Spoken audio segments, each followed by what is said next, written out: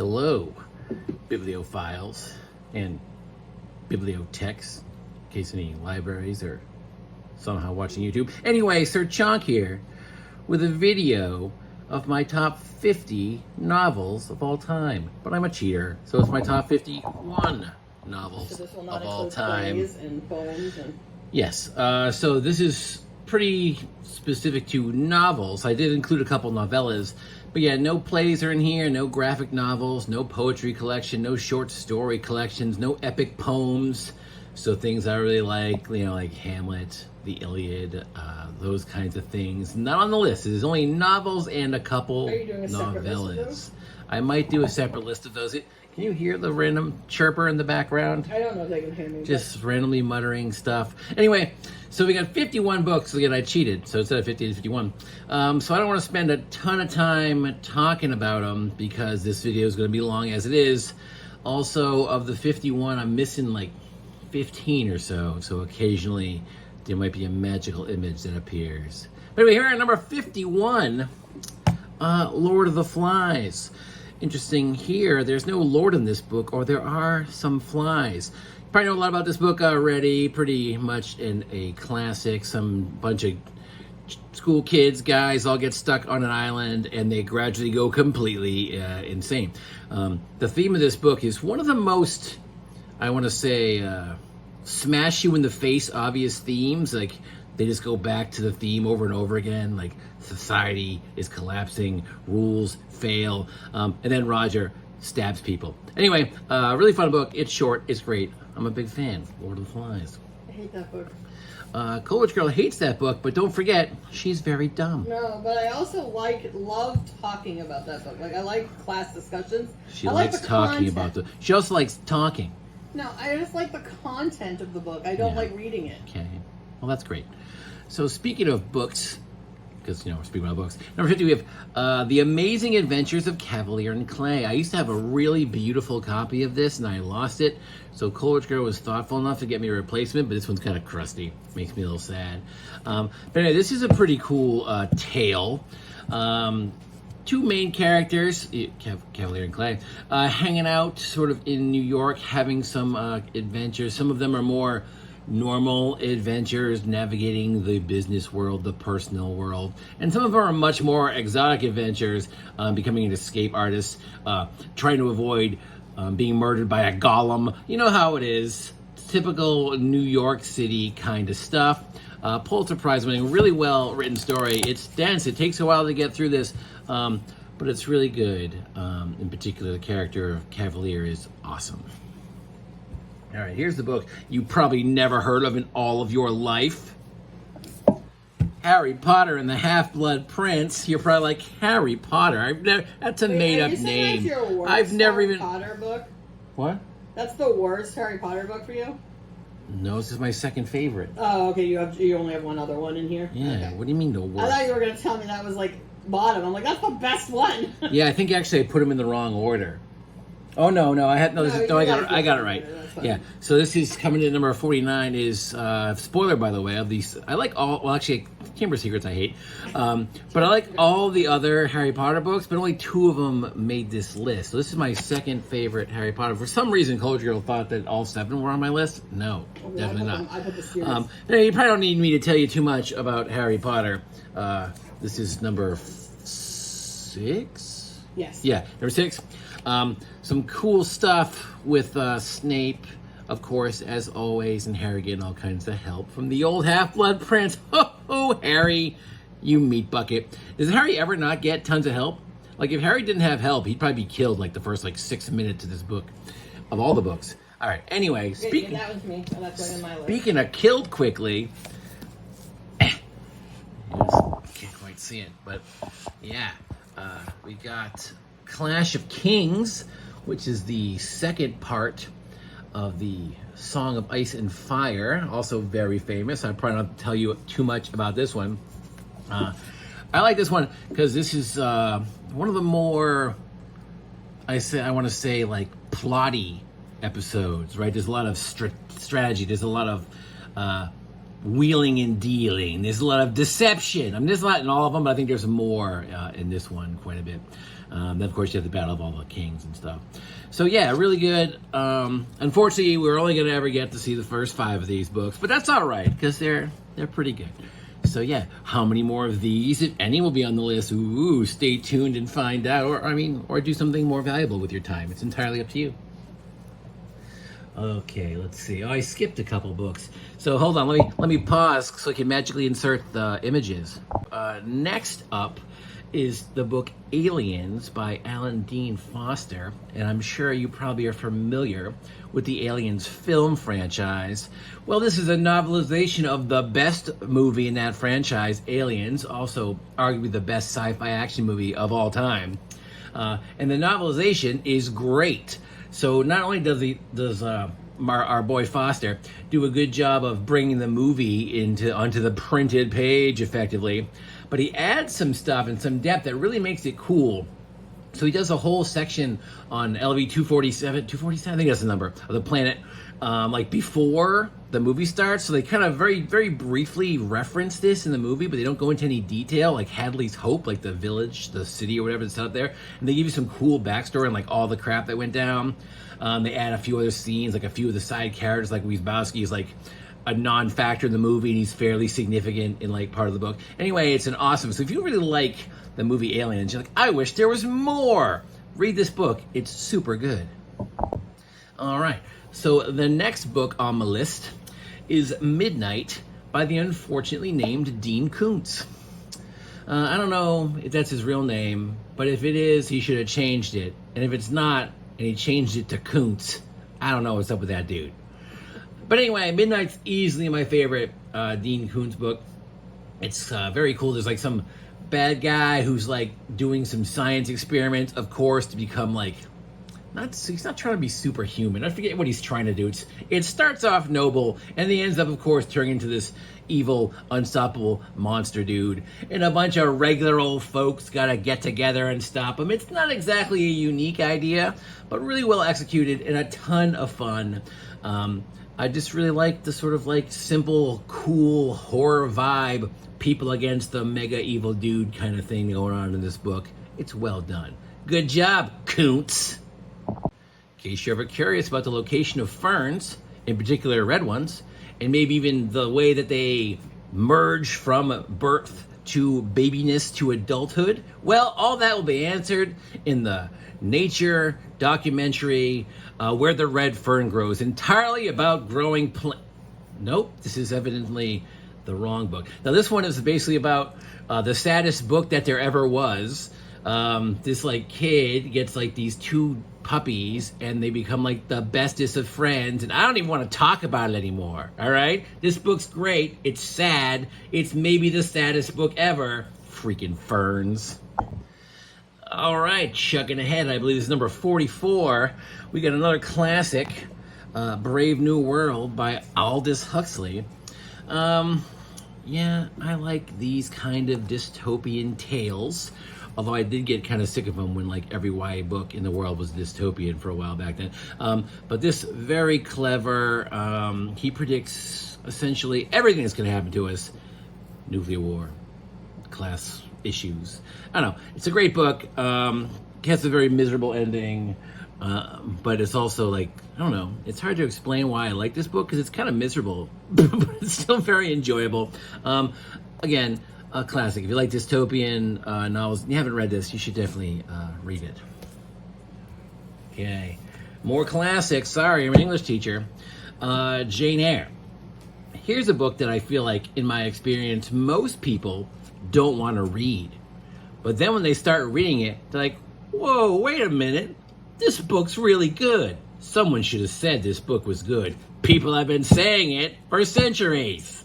People just ignore them. Because look at this cover. Most, high school kids see some leaves and flowers on a book and it's called Jane something or other. And they're like, yes, I choose to not read this book, but it's great. Jane, one of the best characters that there is. And young Jane in particular is great because she's such a snarky, just like strong-willed beast that like she makes you like love her so quick that like I'll follow you through your goofy love adventures, even though I wouldn't normally care because she's such a great character. Jane Montgomery Schwagenstein Eyre. That's her full name. All right, so here's a book that is a little lesser well known maybe than some of the other books on the list. Battle Royale. You'll have to read the person who wrote it because I can't remember off the top of my head and I don't have the book in front of me. So the magic of technology, you'll have to reveal it. Look at the name. It's long perhaps and hard to pronounce. I don't recall. But anyway. But it's Japanese. Yeah, okay. Anyway, if you like Hunger Games, yeah, it basically ripped off this book. So Battle Royale is like... Hunger Games ripped off. That's what I said. Hunger Games ripped off this book. So this came before it, and it's a little more intense, a little more violent. What's hilarious about this book, first of all, I think it's a bunch of 8th grade Japanese students, and they stick them on like an area, I think it might even be an island, and each person gets a mystery weapon. But what's hilarious about that is like one guy's got like a machine gun, and another guy has a spork. It's like completely unbalanced. It's amazing. You know, people walk around with like mop handles, and someone else has got grenades. It's great. And I believe in this one, they also have like certain areas get randomly like timed out to shrink the battle area. And if you're in that area when it shrinks, you just like explode. So good. So much violence, so much chaos, so much bad weaponry.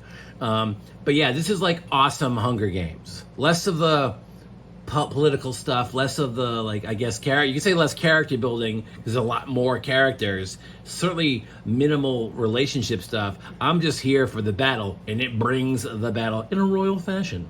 All right, with cheese. Okay, if you like geometry, you like this book, Angels and Demons. So not that much to do with geometry. So I'm not like a huge fan of this dude, this guy. What the heck's his name? Dan Brown. Dan Brown. I knew his first name was Dan. Forgot his last name. Such a memorable name, Brown. He has some books that I like. He has a couple things that I don't like so much, but I love this one. This one is my favorite. It's super good. The pacing is, I mean, he does a pretty good job in a few of his books with like the real-time pacing, like the plot moves along literally in like real time. Like, you know what I mean by that. If you don't, too bad. And it makes it for a very exciting, very energetic, very fast read.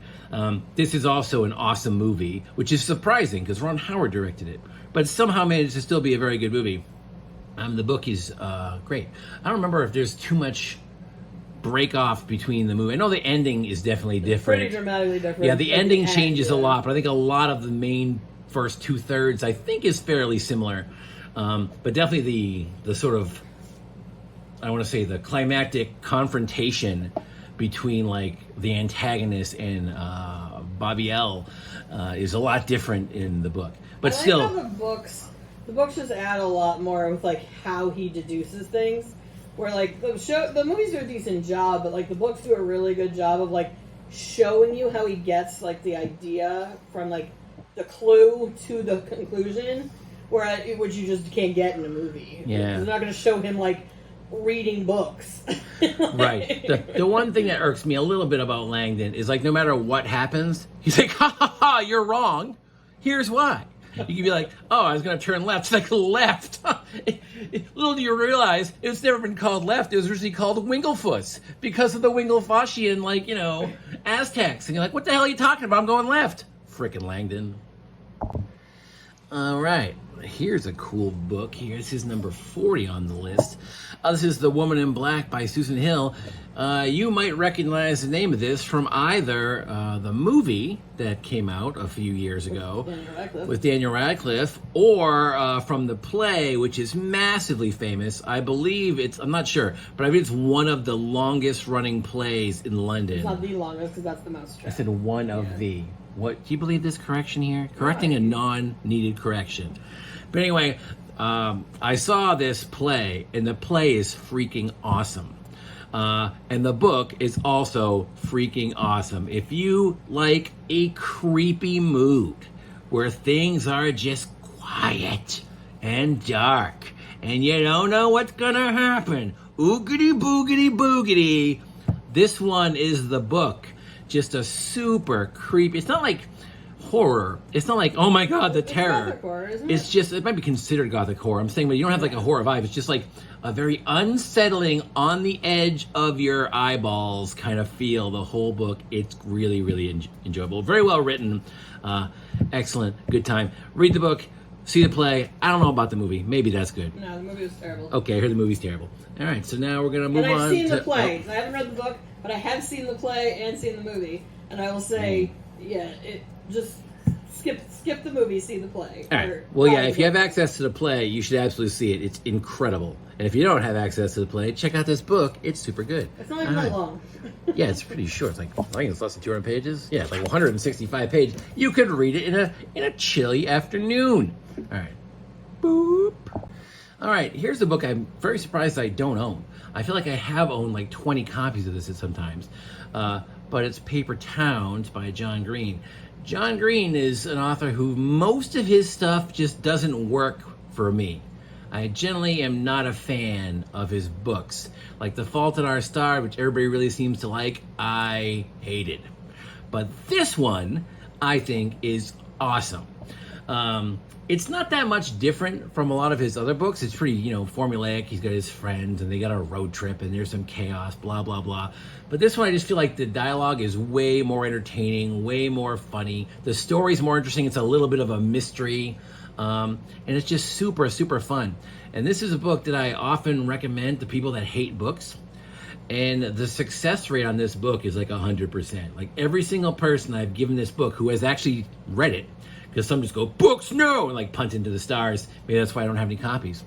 People actually do read it. Every single person has liked it. So if you sort of like that genre of like, end of high school, fun, comedic, buddy road trip adventure, even if you don't like the other John Green books, this one might be worth a shot. I think it's really fun. All right, here's another book a lot of people probably are not very familiar with. Not a very well-known book, I don't think. Sometimes You See It Coming by Kevin Baker. I don't know if Kevin Baker wrote anything else. I only know this book by him. But I really like this book a ton. My friend recommended I read this a billion years ago. And it's just awesome. It's essentially about like this player who's like probably the most talented baseball player like of all time, and how he's just sort of coming up into the league, and he joins the baseball team, and the players on these all manner of very interesting, unique, one could say bizarre characters on the team, and it's just really surprisingly interesting and engaging, and like I don't know, I can't pinpoint exactly why. It's not like the most best written book in the world, but the characters are great, and if you like baseball at all, I can't imagine you wouldn't get some enjoyment out of this book. Yeah, just a great, super fun baseball book with really good characters and kind of I don't want to really say anything else. I don't want to throw any spoilers out there for the one person who might read this. But yeah, really fun, really good book. All right, speaking of fun, Gatsby. He's not just a regular Gatsby, he's a great one. Now, some people probably say, Great Gatsby, that's a nerd book. Yes, it is. And I love it. You hated this book the first time you read it. Okay, so one time I was sitting in a car and I speed read this thing in like 35 minutes. And I was like, this thing sucks.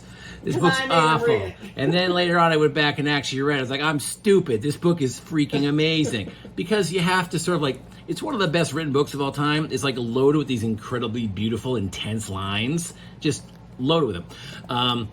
Great characters who are all pieces of human garbage. So you got to really savor the book. Don't try to speed read it like I did, and then you'll hate it. But enjoy and savor it. Now I read this book a bunch of times. I don't even know how many times I've probably read this book, like 10 times or whatever, because I taught it a bunch. And it's fascinating. Incredible ending. Great story. A lot of course, tons of social commentary. I don't know. You guys know. You guys know what the deal is with The Great Gatsby, probably. It's great. It's a Gatsby. He likes to show people shirts. All right. What? Oh. Hold on. All right, now this one, you might initially think, hey, wait, that's a violation of the rules. That's a collection. That's not a novel. True, but I'm only talking about one of them. I'm talking about the first one. No, second one? Hell, I don't remember. I'm talking about I could check and find out, but then you guys have to sit around and wait like you're going to do. Oh, yes, the second one. The Long Walk, Blanc de Blanc. So, it's a novella, but it's pretty long. And so as a result, I'm counting it in my novel list because it's one of my favorite novellas of all time. I'm not going to talk about it a bunch because if you stumbled into my Stephen King video before, I mentioned it already.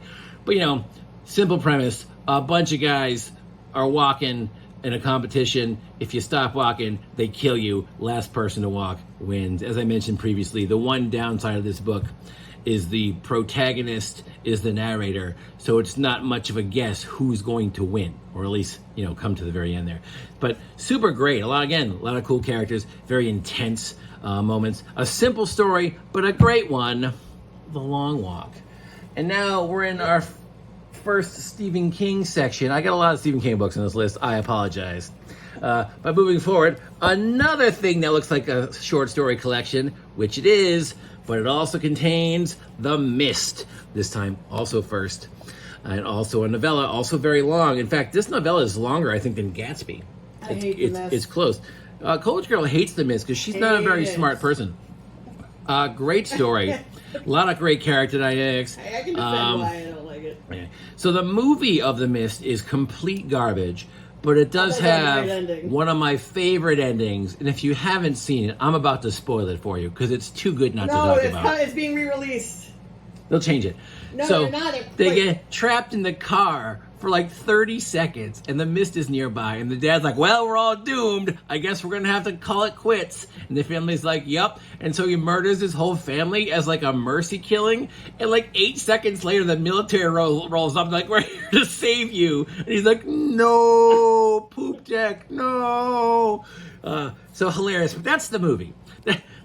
The ending in the novella is actually quite ambiguous. We don't really know what happens. He sort of, I don't want to give it away, but it's ambiguous. I'll leave it at that. But yeah, really cool, sort of like, almost like a last man standing character dynamic kind of thing. People trapped. I love people trapped. The first half of The Mist is excellent. This is why I don't like it. This is where don't make comments. This is where we differ in our taste though. It's like The Mist is a great concept where you get people trapped. Love that.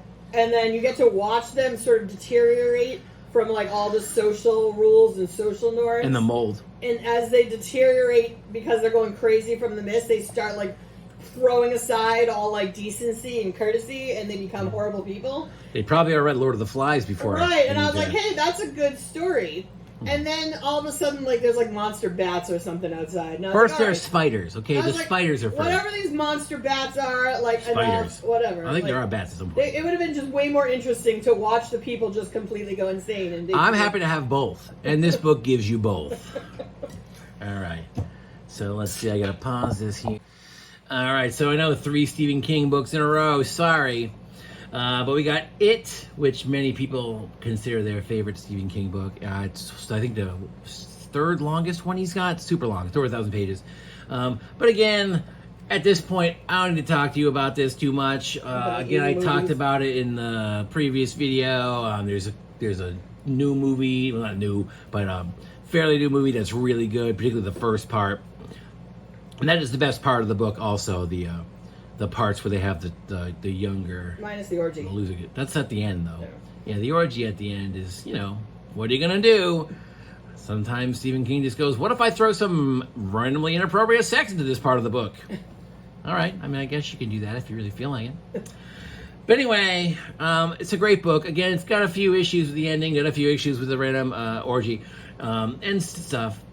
But to me, the Losers Club stuff when they're young, is one of the best sort of sequences of any book I've ever read. Love it. All right, here's yet another one I don't have. I used to have this book. It's another book I just randomly lost. I don't know if there's like a book-devouring monster that roams the halls, but if there is, I'm sure Stephen King will write a book about it. But anyway, this is Lamb by Christopher Moore. And this is a weird choice for me, because it's got sort of a lot of like religious undertones, and I mean, Jesus is one of the main characters. Mary Magdalene is one of the main characters. Literally the story of Jesus. Right. And I'm not a big religious person at all. And I could also see that this really offending a lot of people if you are a religious person. Because Jesus' best friend Biff sort of hangs out with him on his adventures, and he makes them extremely obnoxious and entertaining, and still poignant though. It's an interesting mixture of like really like abrasive comedy, but and also like really insightful and like interesting like observations and commentary. It's a very interesting book to sort of This con both sides the of it. angel that keeps watching Spider-Man. That's the stupidest angel with the Spider-Man thing. I think is that this one? I thought it was in this because is he making Biff tell the story now that he's like an adult? I don't recall if that part's in this one or in a different book. It's been a while since I I read also any of confuse these. it with Castiel from Supernatural sometimes. Yeah, Castiel. He's pretty funny.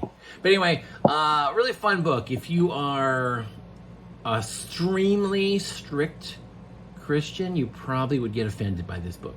But if you're not like an extremely strict one, and even if you are a Christian, right, it's actually very empathetic. Yeah, if you are like very pro-Christian, like that's the thing you're into and everything, it's still like I said, even though it's like really obnoxious, it's also really like heartfelt in a lot of places. A very interesting book. Not too many books can pull off that kind of dynamic, but this one does. You know which one also tries to do that? No, I don't need to switch it here, do I? Oh, hold on.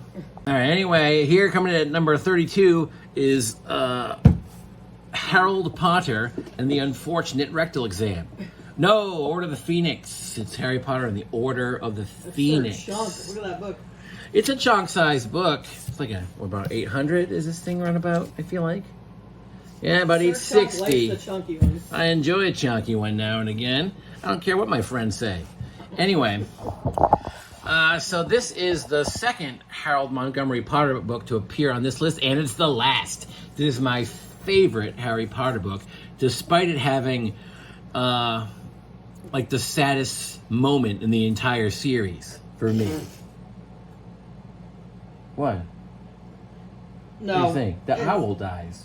No, the owl doesn't die till 7. The owl dies in 7? Yeah, you're talking about Sirius here. Oh no, I don't care about Spoiler. that. I thought the owl died at the start of No, this. he dies Doesn't he start in the escape scene at the Yeah, beginning? 7. No, this is when they all copy each other. No, that's in 7. That's in 5. That's in 7.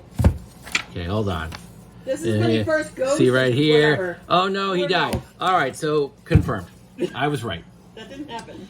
Anyway, whichever one the owl dies in is sad. That's in Anyway. 7. Claiming 7. Maybe it's 7. Regardless, this is still my favorite one, despite the fact that I now don't recall how it opens. This is when they first go to like that Sirius's home. Oh, still pretty cool.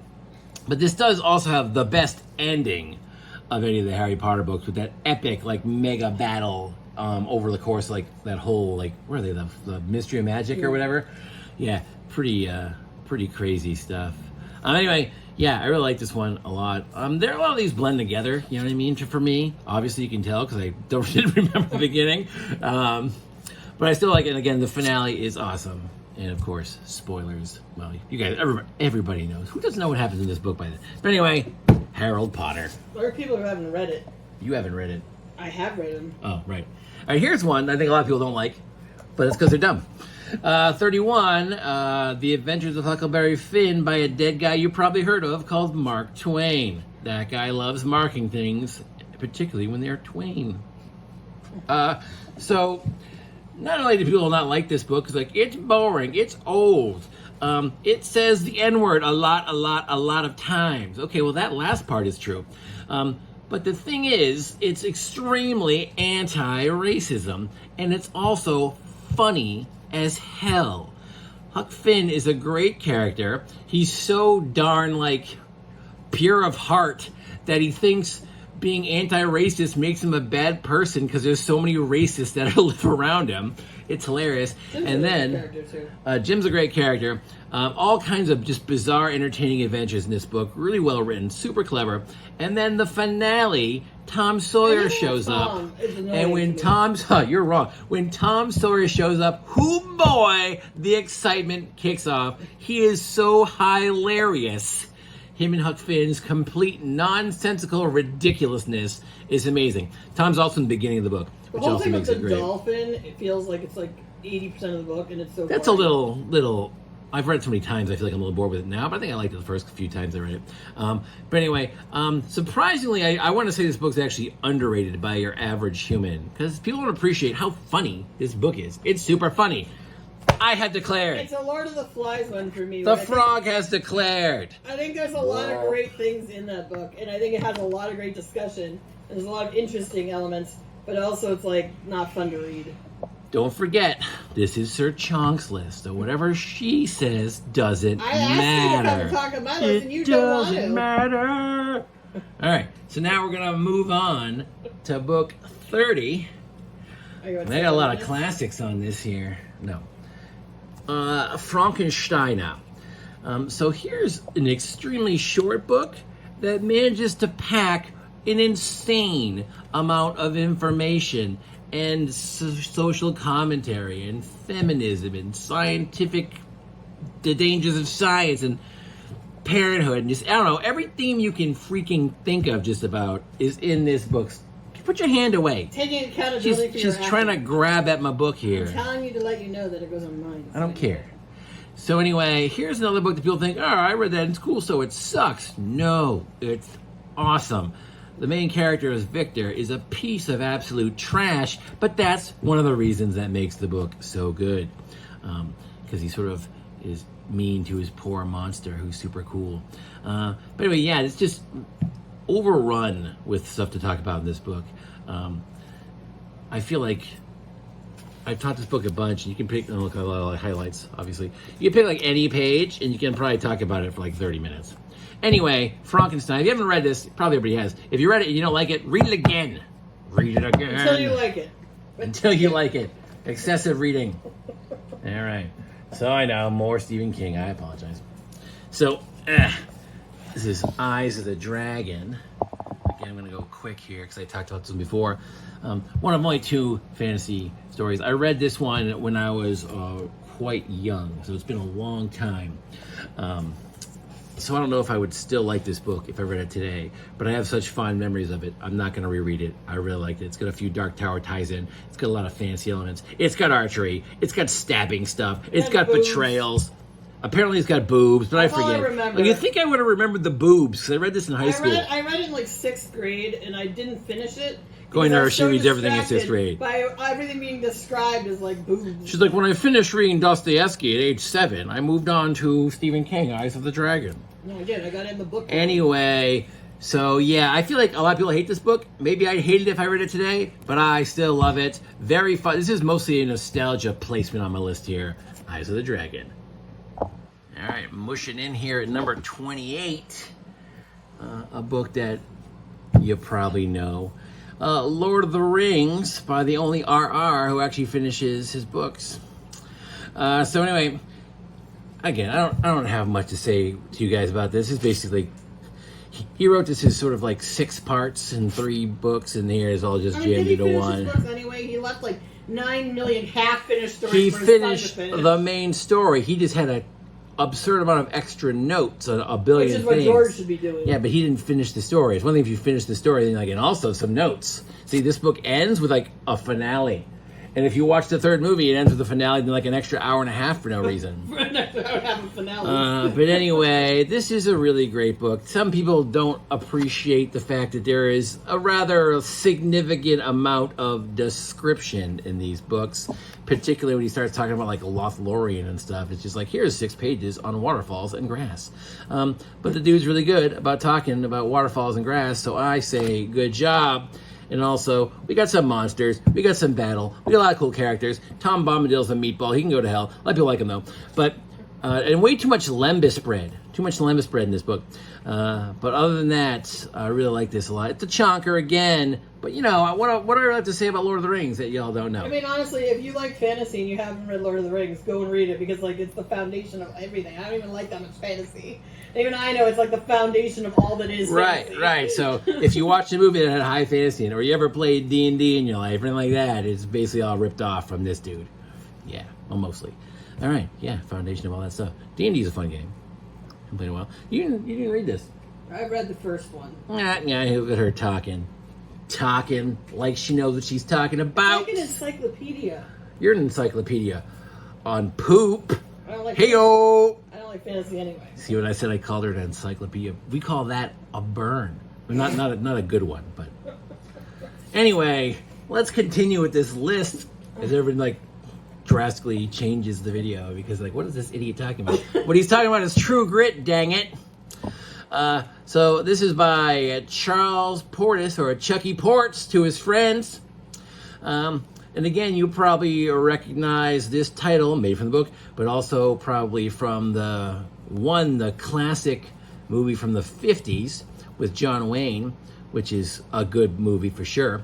And then the more recent remake, about, I want to say like 8 years ago, featuring that guy. James Brolin is in it, but what's that dude? Who plays Big Lebowski? Oh, Jeff Daniels. Jeff Daniels. He plays John Wayne's character. And Kate Bishop plays the main narrator. Steinfeld? Yeah, Haley Steinfeld. Do you call her Seinfeld? Steinfeld. Yeah, Seinfeld. Anyway, so that's Steinfeld? yeah, he's right. Yeah, Steinfeld. Stein potato. Anyway, the girl who plays Kate Bishop, she plays Maddie Ross in this book, in the movie, not the book. Anyway, I'm talking about movies for no reason. This is about books, dang it. Although both those movies are really good. This book is awesome. If you like Westerns, this is great. This has one of my absolute all-time favorite narrators. I have a couple other narrators I love coming up very, very shortly, and it's a duel among these sort of three narrators who might or might not be my favorite. But she's, I think, 13, and her dad gets killed by this guy, and the guy takes off into like the dark reaches of like dangerous Native American country, and there's all kinds of outlaws and bandits out there, and she like wants to get revenge, but she's like 13, so she needs some help. So she hires this old alcoholic guy to help her because people tell her he's got the true grit. And she's one of the best characters of all time. He's a great character. LaBeef, the other character, he's awesome. And Ned Pepper, the villain, who doesn't get a ton of screen time, also an awesome character. Man, this book is loaded with great characters. If you like a classic revenge Western, I'll be damned if you can do much better than this. I mean, I'll probably be damned anyway for that poop encyclopedia joke. Okay. I should read that. Yeah, it's amazing. I hate Westerns. Well, then don't read it. All right, 26. Here's another narrator that I love. This is kind of like a classic, even though it's not that old. So Book Thief by Marcus Zuzak. And the narrator in this book, in case you don't know, is Death. So Death is our narrator, and he follows along Liesel, a German girl during, you guessed it, World War II.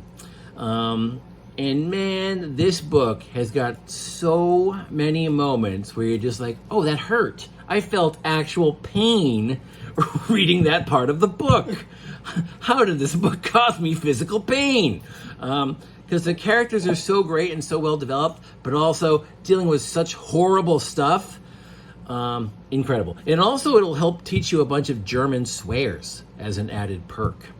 So yeah, really good book. Now I read one other book of his that was awful. So I don't know if he got lucky or if his other book was a fluke or this book was a fluke, but this is awesome and definitely worth your time to read if you have not read it.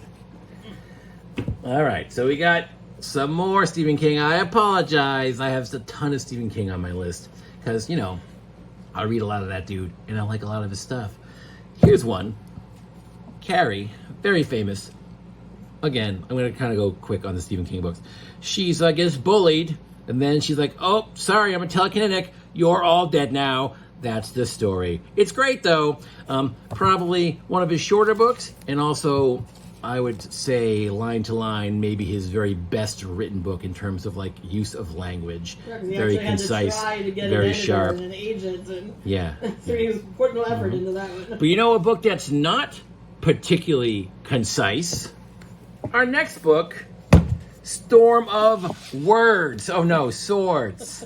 Should get rid of this. Storm of Words. This chunkadelic book, it's creeping up on 1,000, isn't it? I forget. 900 or so? Yeah, it's 900 plus. And it is one thonk-tastic book. It's the third one, but I would say it's far and away the best one. Last one on my list here, coming in at 24. And 4 and 5 Feast for Crows and Dance with Dragons are so bloated and so dragged out. The dude just doesn't know what the hell he's doing. It's pretty obvious. Like, I'm just writing stuff. You should read them like I did and read them simultaneously. There's a whole way you can do Great. it. Anyway, I didn't like those two. I mean, I still like them, but they have so many flaws, and they're such a chore to read. This one, despite the fact that it's massive, is just really fast-paced. So much is happening. It's building towards stuff. You get a lot of sort of like conflict. You get some minor resolutions. You build all this excitement for other stuff. You get character development, world building, but it's world building and character development in like a really fun way. Just got a ton of depth, a lot of energy to it, a good amount of action, and a number of swords, and even an occasional storm. So yeah, this is the one, man. I feel like after you read this one, you kind of gonna be like, maybe I'll just stop here. Stop in here. So we had Maddie Ross as one of my favorite narrators from True Grit, and we had Death from one of my favorite narrators from The Book Thief, and now we have Scout, one of my favorite narrators from To Kill a Mockingbird. So here's another book that I think a lot of people read in school, and because they read it in school, they kind of don't like it. Although I did see a few years ago, I don't know how long it was now, it's probably 10 years ago, it did win some, anyone remember Facebook? People still use Facebook? Anyway, they had a Facebook poll, who was everyone's favorite novel of all time, and this won. So enough people probably do like it. But also I think it's one of the most read books in school, and that gives it an edge. It's the only book people can remember. Yeah, but it's also one of the best books you're going to read in school, in my opinion. So we've got Scout, our unreliable narrator, but she's telling it to us kind of like in the future. So she kind of knows in some parts. She's unreliable, but she doesn't sort of let on to it. Makes for a very interesting dynamic where like Scout's talking like she doesn't know what's going on, but it's clear from the subtext what's going on. It's great. A lot of great characters in this. Her friend Dill is awesome. Of course, the dad is awesome. What's that dude? The one-armed dude. Boo Radley? No, Boo Radley's like he's just a plot device basically. Jem, of course, the brother is really good, but the sort of the dynamics between Scout, Dill, and Jem are awesome. And then, of course, what's the dad's name? The most famous? Atticus Finch, like the most famous character of all time. Drawing a blank on his freaking name. But of course, I think he won American Film Institute #1 hero in film, and he makes for an interesting character as well. But it's mainly the chaos and the dynamics of the three kids sort of doing like normal kids summer adventures while all this sort of really intense stuff is going on around them, and it sort of works. And then of course the end, we have a big finale that's super fun and awesome. It ends amazingly. Scout wears a ham costume. What else do you need? Your main character is wearing a ham costume. Of course it makes the list. I need to read that again. Yeah, you need to read it again. It's amazing. It's not on my list because I read it in middle school. All right, so we got 22 here, and you are saying, well, this is an interesting cover you have of this book. Is this The Black Hole? It's not. Here it is. It's a collection of the Douglas Adams Hitchhiker's Guide series. But I'm talking about the first one, of course, Hitchhiker's Guide to the Galaxy.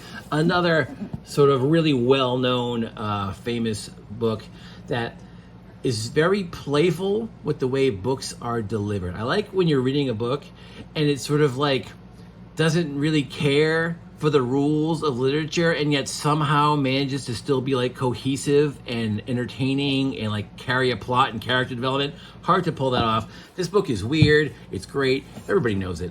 You know what I mean?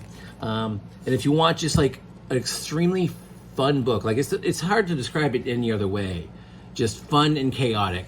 Hitchhiker's Guide. Again, it's massively famous. You probably know the book. You probably read the book. All right. So, moving in. Oh, no. A bunch of books fell over. Hold on, please. All right. So, we're moving up to number 21 on my list, and I got a few here in a row. I think 5 of the next 6 books I don't own, which is annoying because I used to own all of them, and I don't know where any of them went. Anyway, here's 21. This is A Christmas Carol by Robert Louis Stevenson. By Robert Louis Stevenson? Did I say by Charles Dickens? Oh my God, what's wrong with me? I'm looking at my list. So there's a spoiler. He's coming up later. Yes, little did you know that Robert Louis Stevenson pretended to be Charles Dickens and wrote this why book. It wasn't 800 That's pages. why it's 140 pages instead of 600. So, I mean, honestly, it reads more like a Robert Louis Stevenson book than a Dickens book. But anyway, it is Dickens, which all of you knew, and you're probably like, this guy reads books, he's a moron. But anyway, A Christmas Carol. You know, again, I feel like I have so many famous books on this list, I don't need to talk about them too much. Yeah, probably seen a bunch of, there's like 2 million different movies. There's a Muppets movie. The Muppet movie is great, of course. Rizzo gets added. I don't know if you knew this, but Rizzo the Rat does not appear in the original text. Yeah, who'd have thought it? But another book that, like, what a strange book that it reads a lot like a Halloween sort of like, not horror, but just like a mildly creepy vibe through lots of it, right? It's more of a Halloween vibe than a Christmas vibe, and then at the end it's like skapow, Christmas vibe. So it's like it's awesome. Back then, yeah, I know. So well written. I don't need to say that Dickens writes well. And then when he's actually worried about finishing a book instead of getting paid for every word, his writing is way, way better. This is far and away my favorite Dickens book. It's not even close. It's so good. And it's a great story. And I can watch, much like the muchacho over here, I can watch any kind of Christmas Carol version, of which there's a billion, and every holiday season, we probably watch at least 2 of them, pretty much. Remember we watched the Girlfriends of Christmas Past? No. With Matthew McConaughey, I think. Oh, yeah. Yeah, so they're not all good. You liked it! Did I? Yes. It was like Oh. Jennifer Garner in it, too. I don't remember. I It don't remember. I wasn't that remember it bad. vaguely. Maybe, apparently it was pretty good. It wasn't The Flight Before Christmas. Now, we're not just here to talk about Christmas movies. Jeez, off the rails. This is why we can't invite her.